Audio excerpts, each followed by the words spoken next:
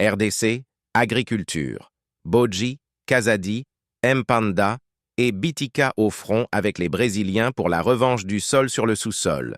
Le ministre d'État, ministre du Budget, Aimé Boji, le ministre des Finances, Nicolas Kazadi, le ministre de l'Agriculture, José Mpanda, et le vice-ministre du Plan, Pascal Bitika, ont conduit du 12 au 15 mars 2024 une délégation des investisseurs brésiliens au Haut-Katanga, au Lomami, Kasai oriental, ainsi qu'à la Lomami. Objectif de la mission: voir comment ces opérateurs économiques sud-américains pourraient investir non seulement dans l'agriculture, bien que c'est le principal volet, mais également dans les infrastructures routières et dans l'habitat. Au Haut-Katanga, les investisseurs brésiliens ont visité à Lubumbashi la gigantesque minoterie ultramoderne African Milling de l'Indo-Canadien Rahim Drolia.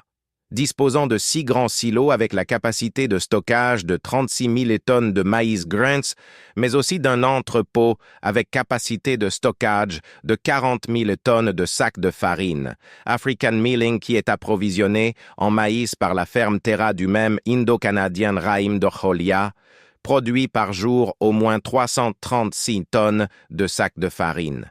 Non loin d'African Milling, les ministres du gouvernement Samaloukonde et leurs hôtes ont visité Kongeufs.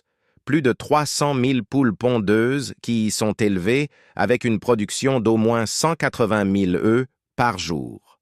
Il faut dire que Terra, African Milling et Kongeufs forment une plateforme agricole intégrée avec zéro déchet dans le processus de production, étant donné que les sous-produits de l'une deviennent la matière première pour l'autre. C'est-à-dire que Terra, la ferme produit du maïs qui est transformé à la minoterie African Milling. La minoterie produit de la farine et du son de maïs.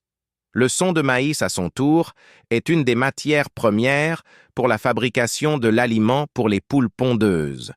Les pondeuses produisent de la fiente qui est utilisée comme engrais organique à la ferme Terra pour amender le sol. Donc, c'est un système vertueux d'économie circulaire et de développement d'une chaîne de valeur. Toujours au Haut-Katanga, les investisseurs brésiliens ont été amenés à la ferme Gokongo, dans le territoire de Kasenga.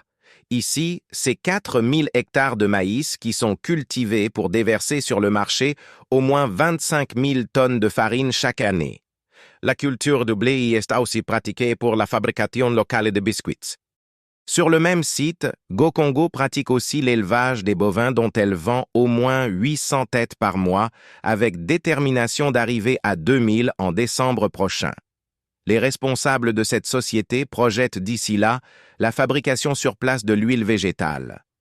La délégation qui a quitté le même mardi 12 mars le Haut-Katanga pour Mbuji-Mayi au Kasai oriental a visité le jour suivant le site de Kanyama-Kasese au Haut-Lomami et la base agricole de Nkuadi dans le territoire de Chilenge au Kasai oriental.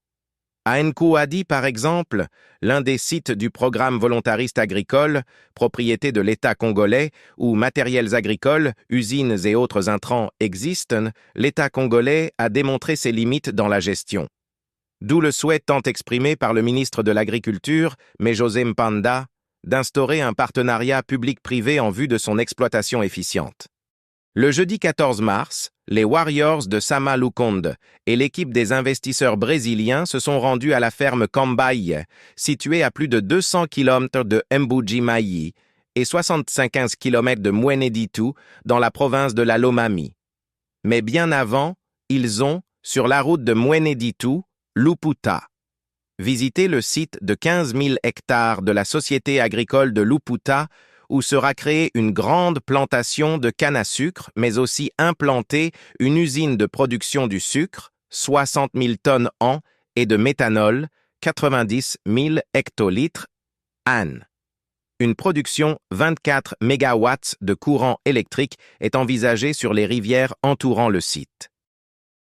C'est vendredi, vers 2h du matin, que la délégation a regagné Mbuji-Mayi, après avoir bravé le tronçon chaotique compris entre Kambaye et la grande route menant vers Mweneditu. Ayant réuni toutes les informations, Dans un atelier de restitution tenu samedi 16 mars à Pullman Grand Hotel de Kinshasa, les Brésiliens qui ont fait des observations et des recommandations sur chaque site, hormis ceux du Haut-Katanga, pour plus des vidéos, abonne-toi, aimez et partagez massivement.